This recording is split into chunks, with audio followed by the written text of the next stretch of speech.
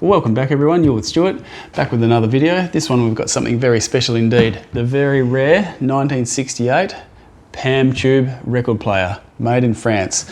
Now, a funny little story about this, I actually got it on eBay a long time ago and it was a $1 starting bid and I knew I had to have it, so I made an offer to the seller outside of eBay.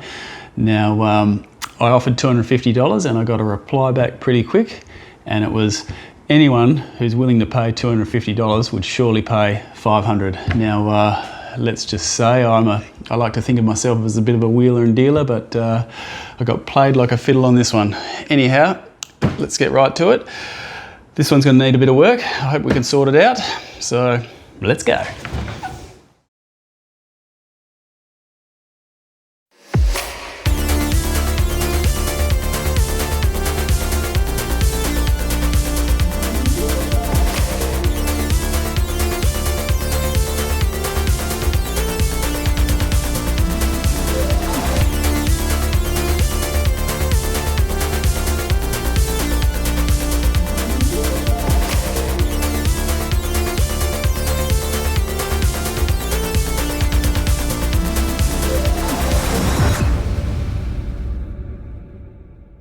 So I've just been surfing the net and you can't come up with much information on these. There's very little online. That's how scarce they are. What's this? Whoa, $5,000? Buy it now? No thanks. I think that's USD too. Well, I don't feel like such an idiot anymore paying $500. Now it's actually very dirty, very grubby. It's going to need a bit of a clean. We can get rid of... We'll get rid of this plastic thing. You can see here it is a BSR turntable. Now there's actually a few issues with this turntable. What's to be expected is that the turntable needs some sort of lubrication, but straight away I can see one issue is the cartridge that it's got. These can be problematic, so we're probably going to look at a replacement cartridge in this video.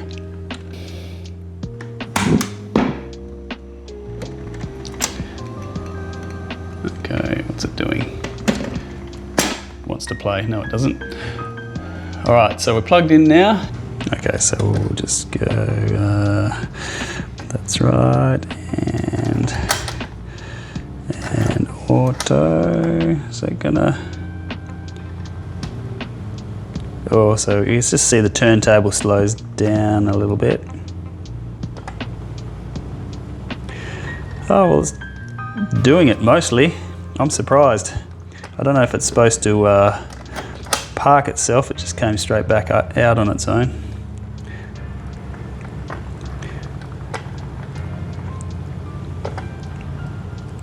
It just slows, the turntable slows a bit. Maybe that's normal, but I think maybe the auto stop should work.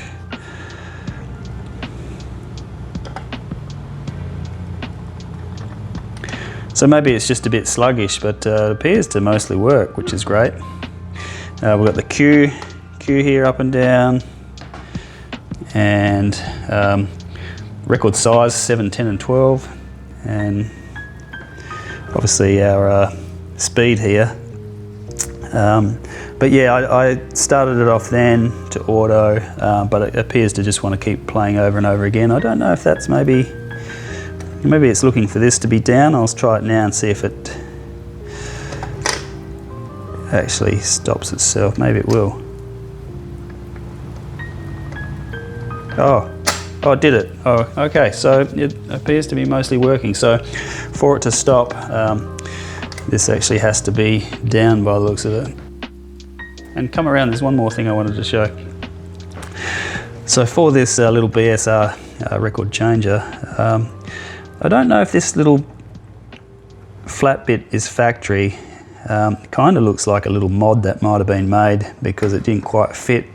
Oh. It runs so close to the cover. It looks like they had to shave a little bit off the changer just for this application. Look at that. Snug fit. Yeah, very snug fit. Now,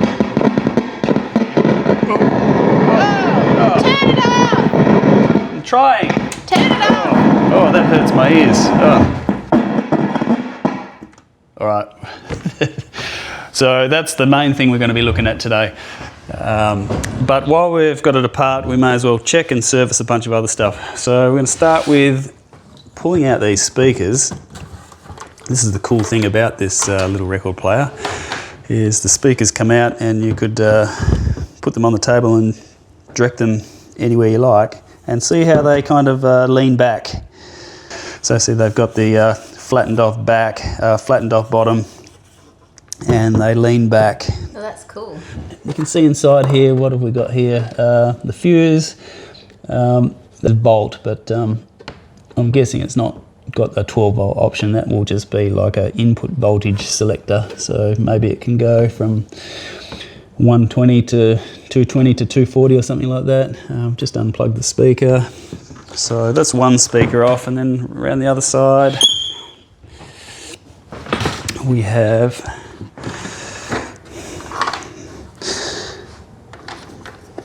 this side's got a microphone jack. Alright, so I'll put these speakers away. Alright, now another part of this video is going to be fixing this, because this, what would you call this? It's like a badge or a... yeah, badge, I'd say. Did it have a technical name? It's like a plate with all the... Plate. Badge plate. Instrument plate. Instrument plate, maybe. It's in good condition, but it's actually, it needs to be cleaned, and the glue's dried out and it's let go. So part of this will be to clean up and glue that back down. So I'll put that somewhere safe for now. Also, you can see this is actually, the whole record player is very yellowed, and I'd like to go down the path of the retro brighting and trying to bring this back to white, but I think it's such a rare piece, I don't want to experiment with that at the moment. It's not really showing the true colour on the camera, really. It's actually a lot more yellow than I think it's appearing. So if I had some experience with retro brighting, I'd probably give it a go, but such a rare piece, I'd hate to damage it, so I'm certainly not going to tackle this at this stage. Now, have a look at the lid. It does have some scrapes in it naturally from use, but it's actually not broken. The only crack in the whole record player, it looks, is this tiny little one here. But other than that and a few scrapes, it's not really got any damage anywhere. So that'll also need to clean up. But what I have noticed is it doesn't go all the way down. So you are able to play, you supposedly should be able to play a 12-inch album on this, and you're not going to be able to, because this at the moment's not going all the way down. So that's another thing that will have to be fixed. What that's hitting, I have no idea, but it won't go. So you could play a 7-inch 45, but not an album right now. So that's another thing to be fixed. I'm going to grab a towel or something put down, so I can obviously turn this around and upside down and whatever I need to do to disassemble it. I'm certainly good at pulling things apart, but putting back together is a different story. But if I get a towel down, at least I've protected it. Looks like there's 3 screws here. That'll play a role in it. Maybe a couple of screws underneath. Yeah, there is. So, all right.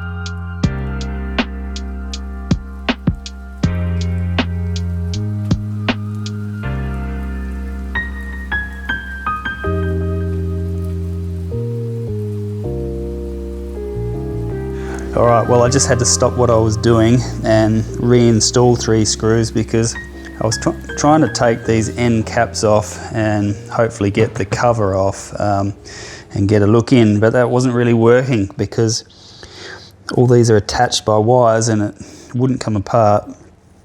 So I've just put it back together, but left these screws loose enough, and it looks like I might be able to just pop this bottom bit off rather.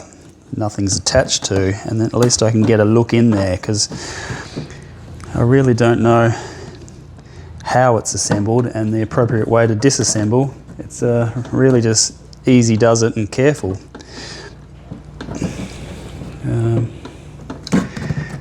So it feels like it wants to go. Yeah. I'm not giving you the green light to buy another one at 5,000. And by the way, this was my wife's idea to put 2 rolled up towels on the bench so I don't lose it. So there we go, look at that. It's a bit of grub in there, it's all going to need a bit of a clean up. You can actually definitely see the difference. That's how white it's supposed to be. That's quite different, isn't it? You still can't quite tell on the camera's not quite picking up the difference. So yeah, let's just have a quick look in here, and look, that's actually released the screen as well, or the cover. So yeah, it's a miracle that's not broken, and I wouldn't like to remake that. So that can just go here as well. Now let's have a quick look in here. Actually, this has come loose as well, so I don't know what, does that just sit in there? Or does it stay on with a couple of, some sort of double-sided tape, so maybe I could redo that as well. Now let's have a look. Oh look, there's a bit of an old broken stylus. And there's all sorts of rubbish is falling out. Yeah, is that what was stopping the screen from going? Now you can see why I couldn't pull the speakers off the end, because we've got a lot of attached stuff. This connector's screwed on here, and there's a little PCB screwed onto there. So what I might do is, now that I've got that off, I can re-screw these ends on tight so they're not loose. And then I can probably work on it upside down. I think that will work, as long as I'm very careful with it.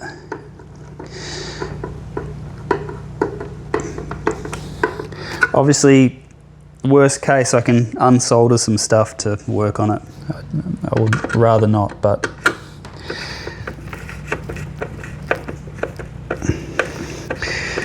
I think this is going to work.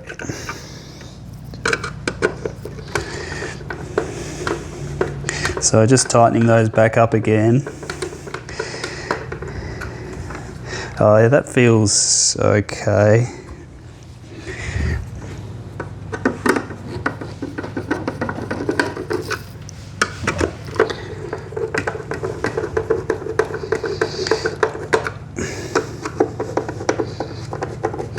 Okay, so we can go fully upside down now with the towels wedged in, anti-roll towels. Might need one more towel actually, we've got one more over there.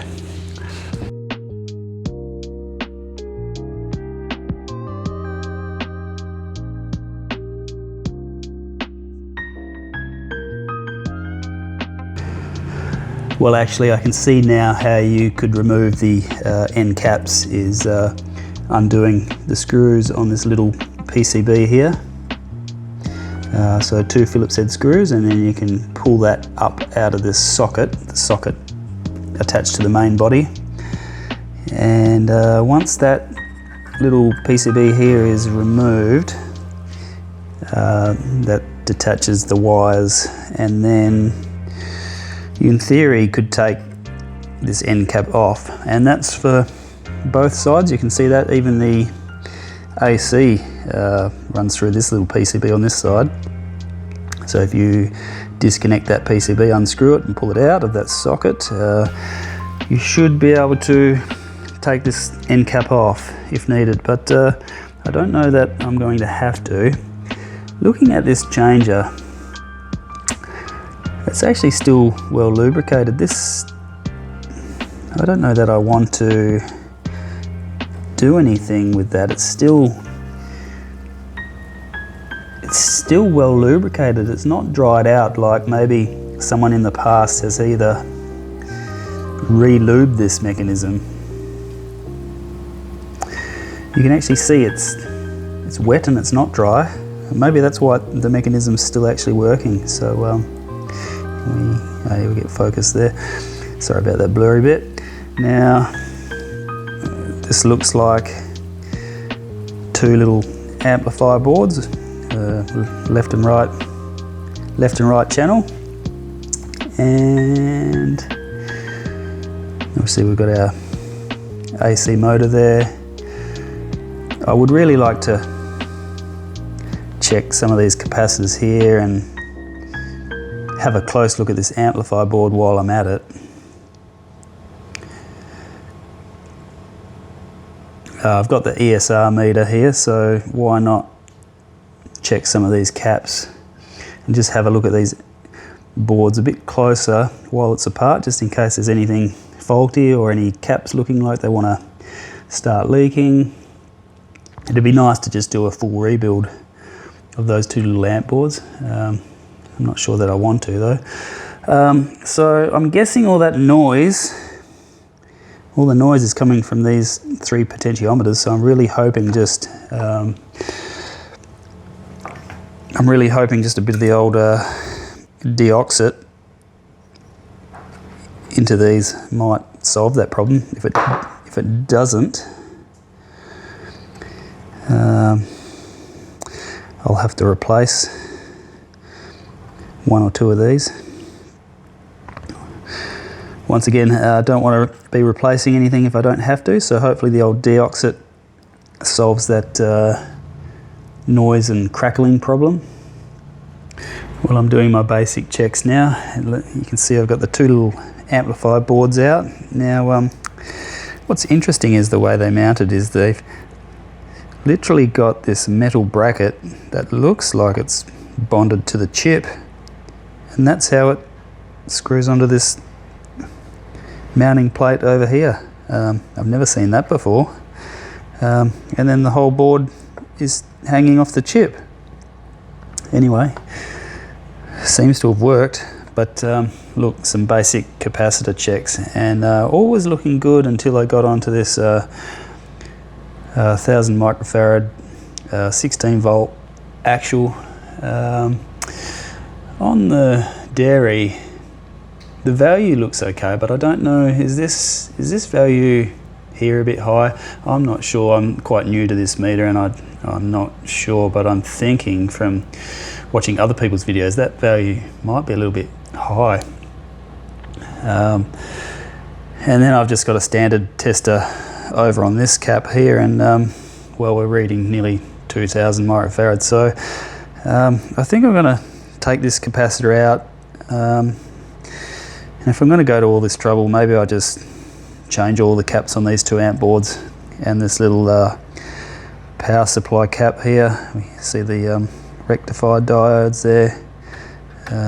This is what is it, Oriental caps, there you go. Although they are made in Japan, but that doesn't mean a lot really, does it, when they're over 50 years old or whatever it is? Yeah, it would be. Well, I'll start with getting this desoldered, and I'll just have a look at what that actually is.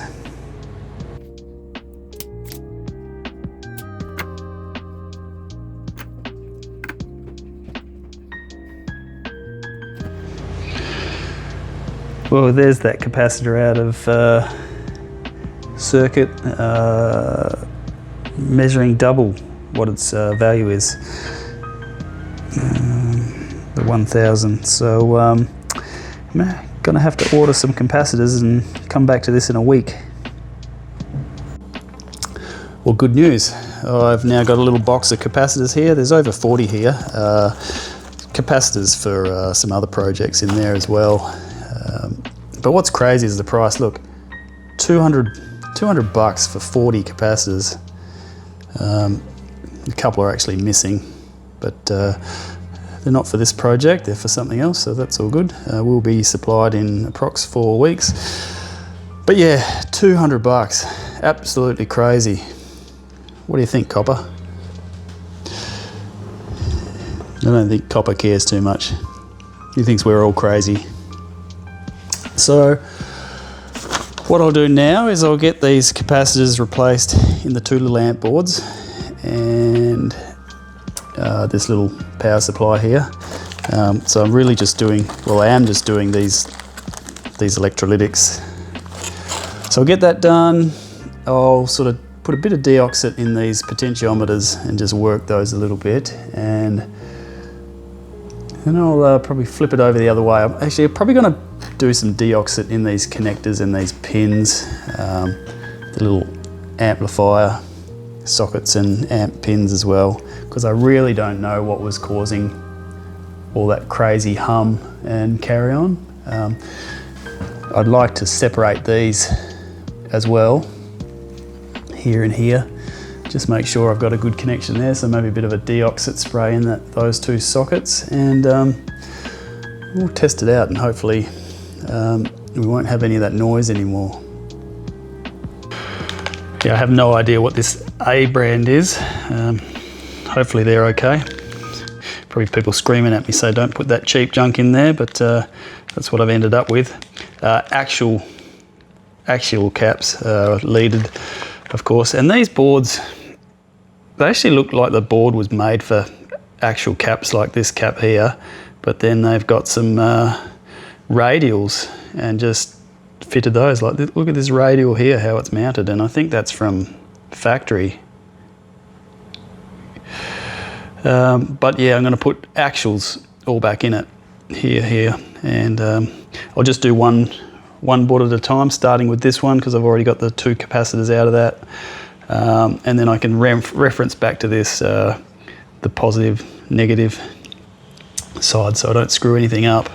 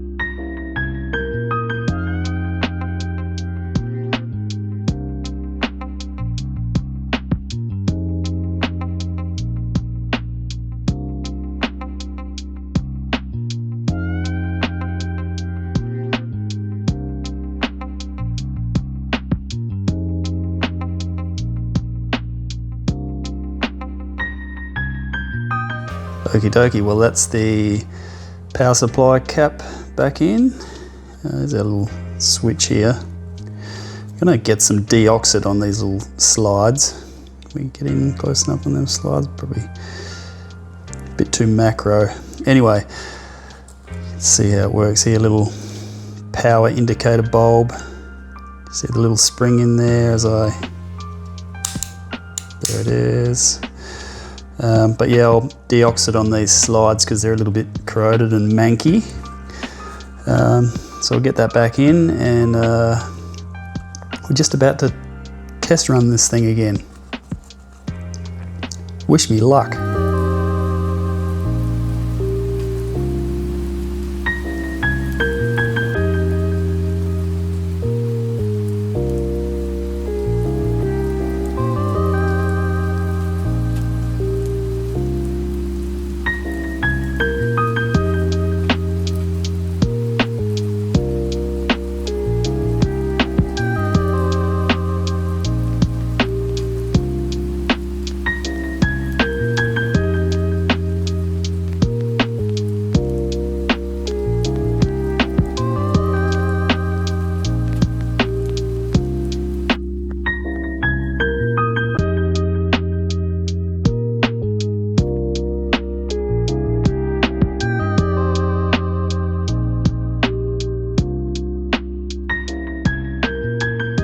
Power back on for the first time. What do we have?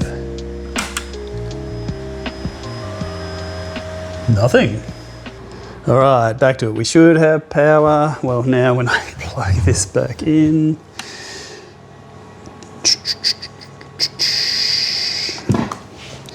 Then we do have a red light. Well, where's our plate? So volume, does it have to be, I'll just go to start, which means I think you can just do it manually.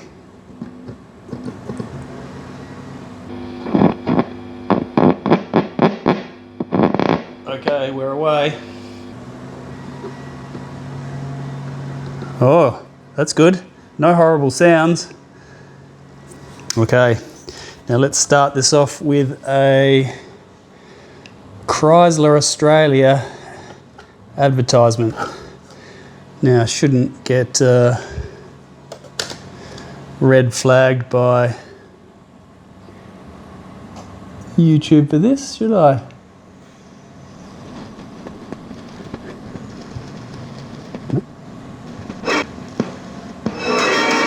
A symphony orchestra tuning up. A Valiant tuned perfectly. And that's the way it is always, because Valiant is the top performance car. The effortless, flexible 225 slant 6 engine Treble. gives you a reserve of power, enough for any emergency. Step up to Valiant. You'll make sweet music together. Okay. And this is must be a radio station record. It actually will not cross the individual tracks.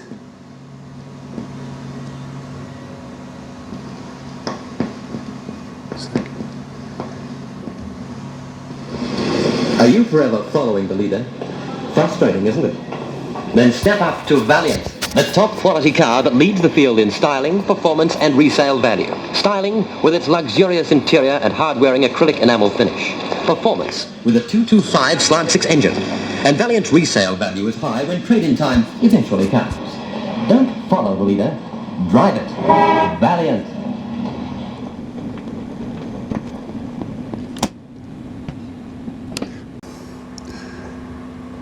And what do we actually have here?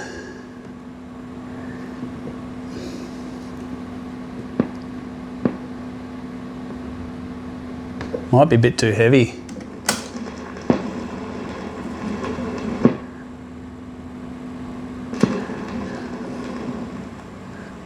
Turn that down to a whisper. Gee, Dad, what was that? A Valiant, son. Why was the driver sitting up so straight, Dad? He's proud, son. He's proud, son. Proud, son. Straight, Dad? Well, 6 grams is probably a bit heavy. How is it adjusted? Is it adjusted? Car. A Valiant is everything. Is it adjusted through this little thumb screw here? Is that how it's done? So if I go 1, 2, 3, which way does inwards go? Does that make it heavier or lighter?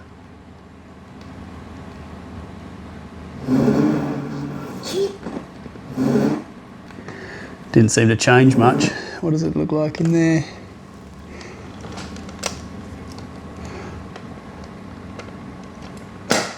Oh, okay. Oh, I see. So winding it out will take off a bit of pressure, I think. Is that how it works?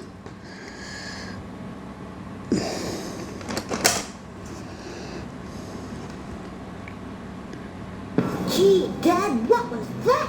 A valiant. Dad, what was that? A valiant.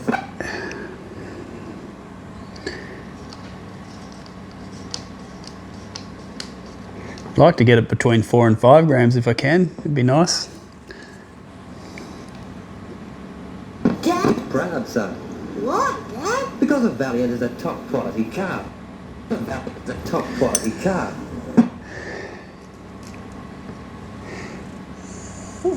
Well, maybe it works the opposite to the way I think it does. So if I put more spring tension on it here, does it have the opposite effect the way it pulls the tone arm? I forget. It's been so long since I worked on one of these changes. So it's a bit hard to do one-handed, but we'll get there.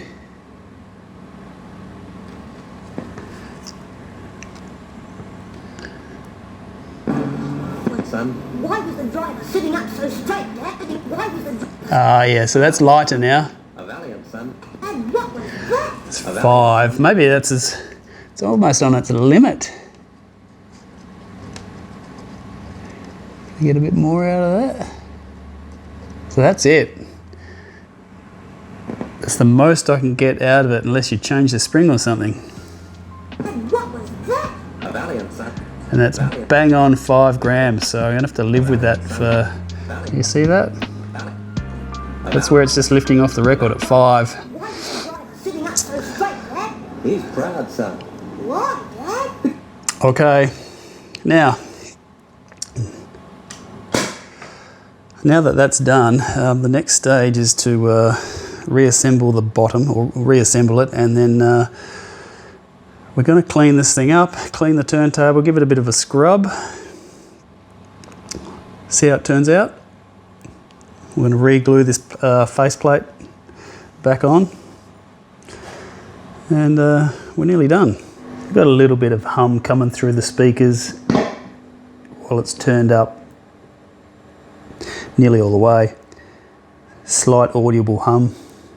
But before I reassemble, I nearly forgot, I need to check that the changer is all working before I reassemble it, just in case I need to look at something from the bottom still. So let's check that out. We're set to 12, we're set to 33, so let's click start.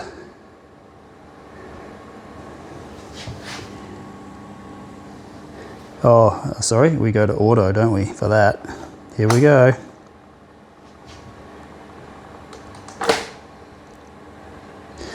Oh, a bit sluggish.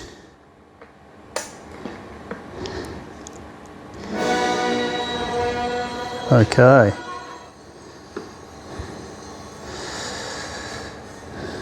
A bit of John Williams, all the movie classics. Can't get better than that.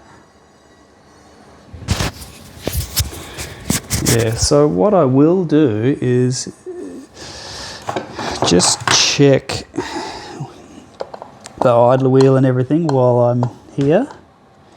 Is that,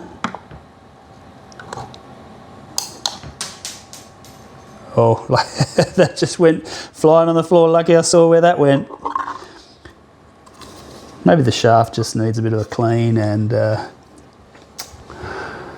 I've had a few of these apart years ago, and actually the rubber still feels nice on the idler wheel, and no flat spot, which is good. Sometimes you got to pull this piece here off, and there's like a cam on the underside which needs a bit of lube. So I might just do that while I'm here. And there's also motor mounts here, rubber motor mounts, and they appear to be good too. The 3 rubber motor mounts that the motor hangs off, they're all perfect. I wonder if when I first got this record player that I might have replaced those and lubed up this. I might have done that to get it working initially when I first got this, but this is you know, that's 10 years ago. Anyway, let's keep going. I've got to go find that circlip now. And lastly, we've got a loaded turntable just to check changer operation. All right, auto.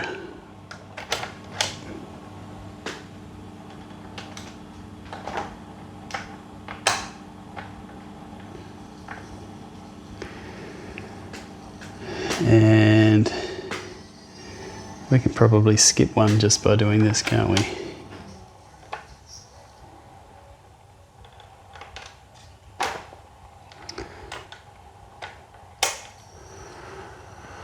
All right, all looking good. Now, I'm not going to lie to you, I actually did have to pull apart the changer again. So here's a little picture of the cam, and it actually, I had to remove it with a little bit of heat because it wouldn't budge. So I'm going to leave that as not a recommendation, just what I did. Some of these turntables are notorious for locking up parts that you kind of can't get apart without heat. So that would normally mean moving the metal part out of the plastic, but if you're very careful, maybe you could do what I did and get it sorted and apart and lubed, and now as you can see, it seems to be working perfectly.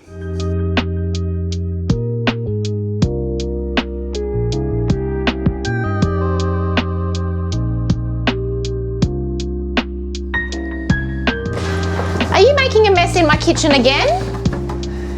Yes. I've had enough. Oops. So what I'm doing here is just making sure that there's nothing stuck in where that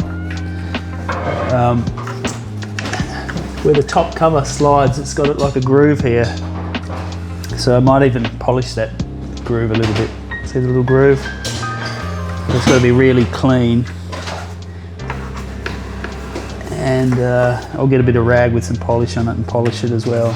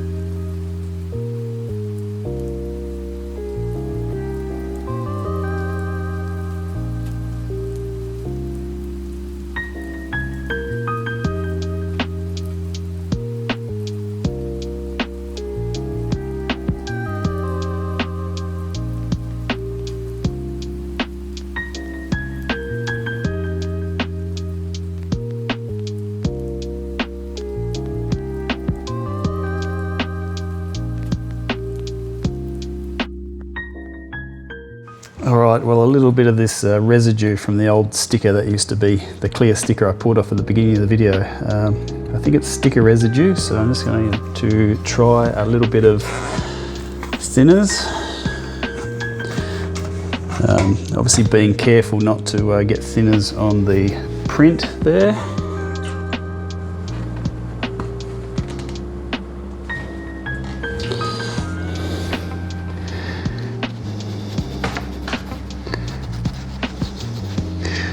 Let that soften a bit.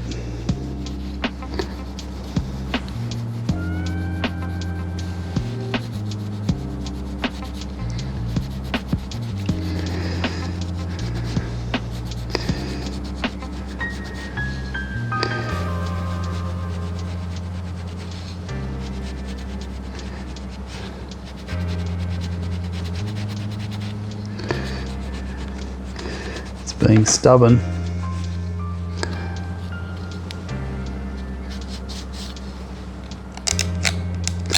You know what?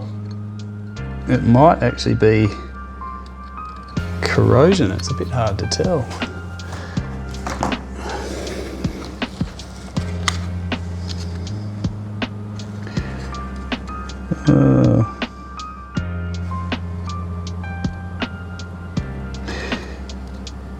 You know what? It is corrosion. So unfortunately, what's remaining there will have to stay. The old sticker, the old double-sided tape.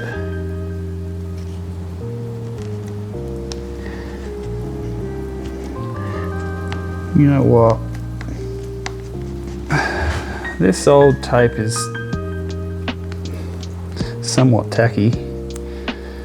I think I can just go over the top of that. Got some 3M.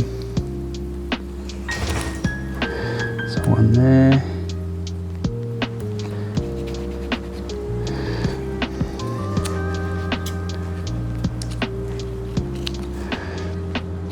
One there.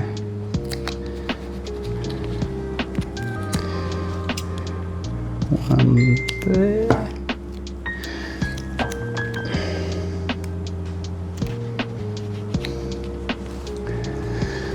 Put the lid back on that for a minute.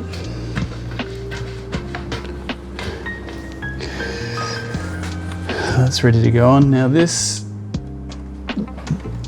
faceplate thingy, it's got a chunk of glue there which is sticking up.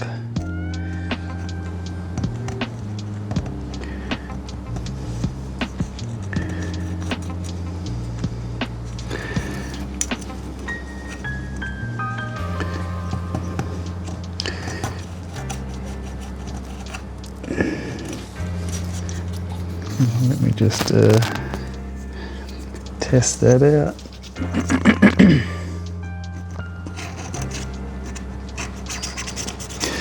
That then came off a bit easier.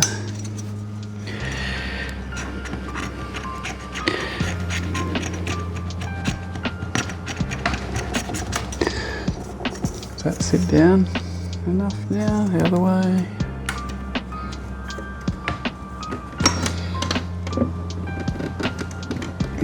Oh yeah, okay. So it will go. Right. So the next step here is to just use what I had before, just got a tiny bit of residue on that rag, just enough for cleaning.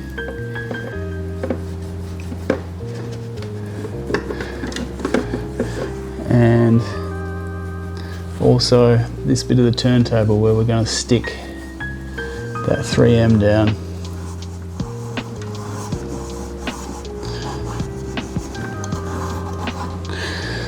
So we should be able to just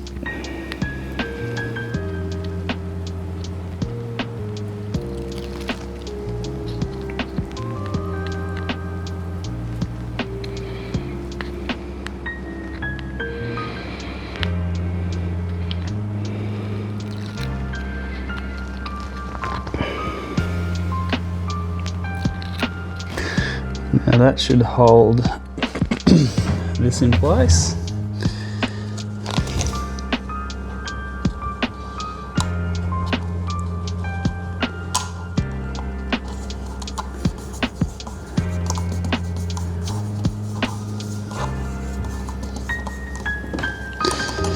So that's not going to come off anymore.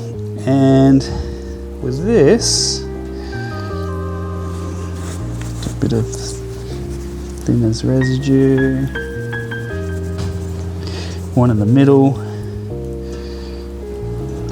one of the, once again just a bit of thinner's residue, and we already did that and that. Just going to do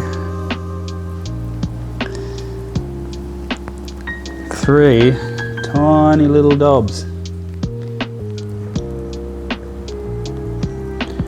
It's a bit too big. Dob and a dob. That is it.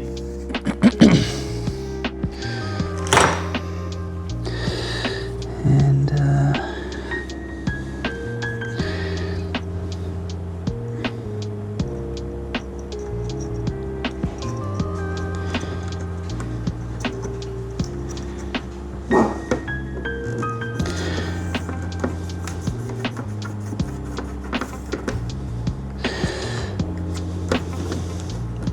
okay, so that is that done. All right, we're just got to give these speakers a clean now, and that's it.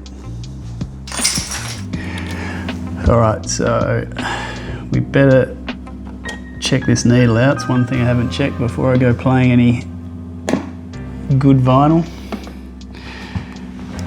That's my cheap little magnifiers, which are great for checking needles. So I'll turn it around so we can try and capture that.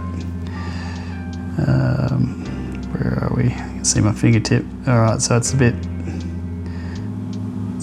dirty. See if we can get the right angle of that.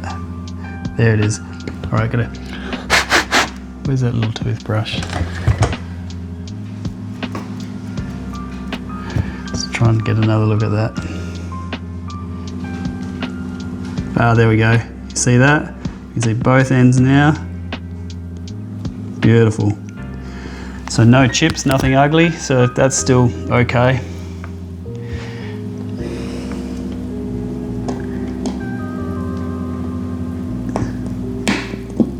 All right, well, all that work, let's hear it.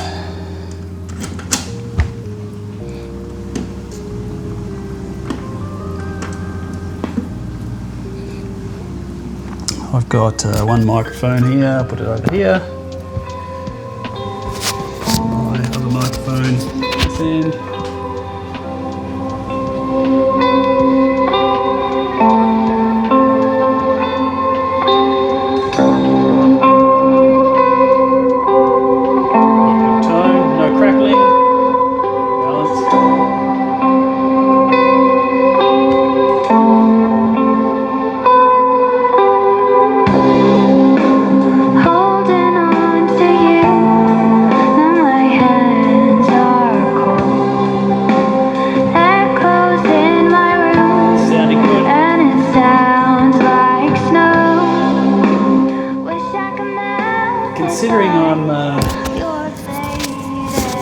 Considering I've not yet changed that cartridge. Where's the cartridge? Where's the new cartridge here?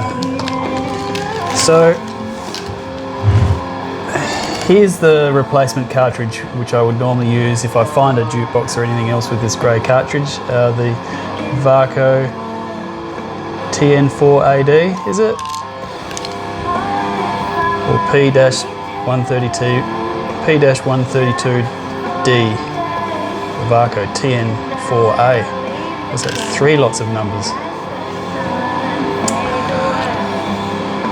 This is sounding okay, so I'm not going to change it, but I've got the feeling that this grey cartridge is actually not original and it's too heavy, and that's why I can't get it any lower than the 5 grams. So I'm thinking in due course I will swap it over to see if I can lighten it down to sort of 4 grams.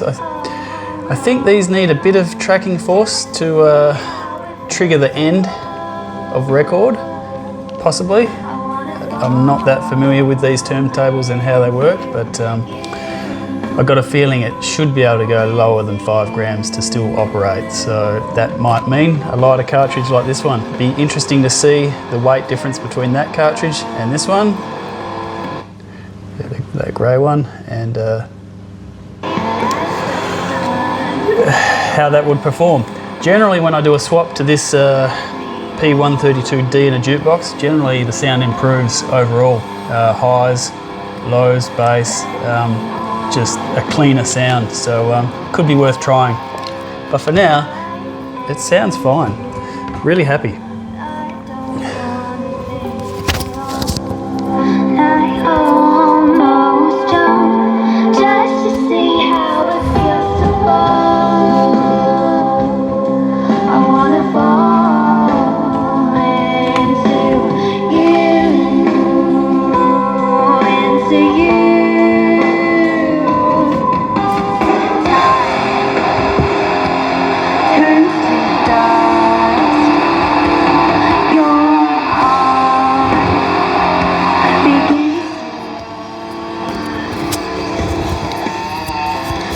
You know what, it actually sounds better with these inside. It must be